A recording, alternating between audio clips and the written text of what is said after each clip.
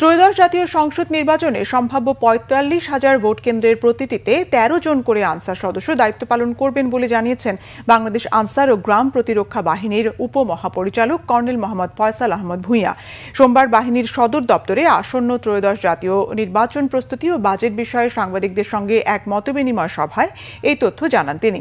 সভায় প্রধান অতিথির বক্তব্যে কর্নেল ফয়সাল আহমদ বলেন, অন্য যে কোনো সময়ের তুলনায় ত্রয়োদশ জাতীয় সংসদ নির্বাচনে আনসার ও ভিডিপি সদস্যদের দায়িত্ব পালনের চিত্র হবে ভিন্ন ও অনেক বেশি পেশাদার।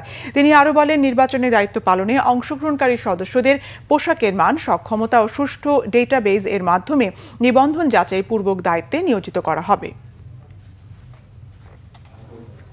সকল সদস্য যারা নিয়োজিত হবে তাদের ডিজিটাল ডাটাবেজ তৈরি করা হয়েছে এবং আমাদের যে পরিকল্পনা সকলকে পর্যায়ক্রমে প্রশিক্ষণ ইতিমধ্যে আমাদের চলছে।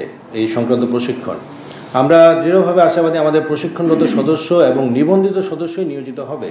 কোনোভাবেই যেন কোনো অননুমোদিত বা কোনো ধরনের কোনো সন্দেহজনক কোনো ব্যক্তি যেন নিয়োজিত না হতে পারে, এটা আমরা শতভাগ নিশ্চিত করার চেষ্টা করব।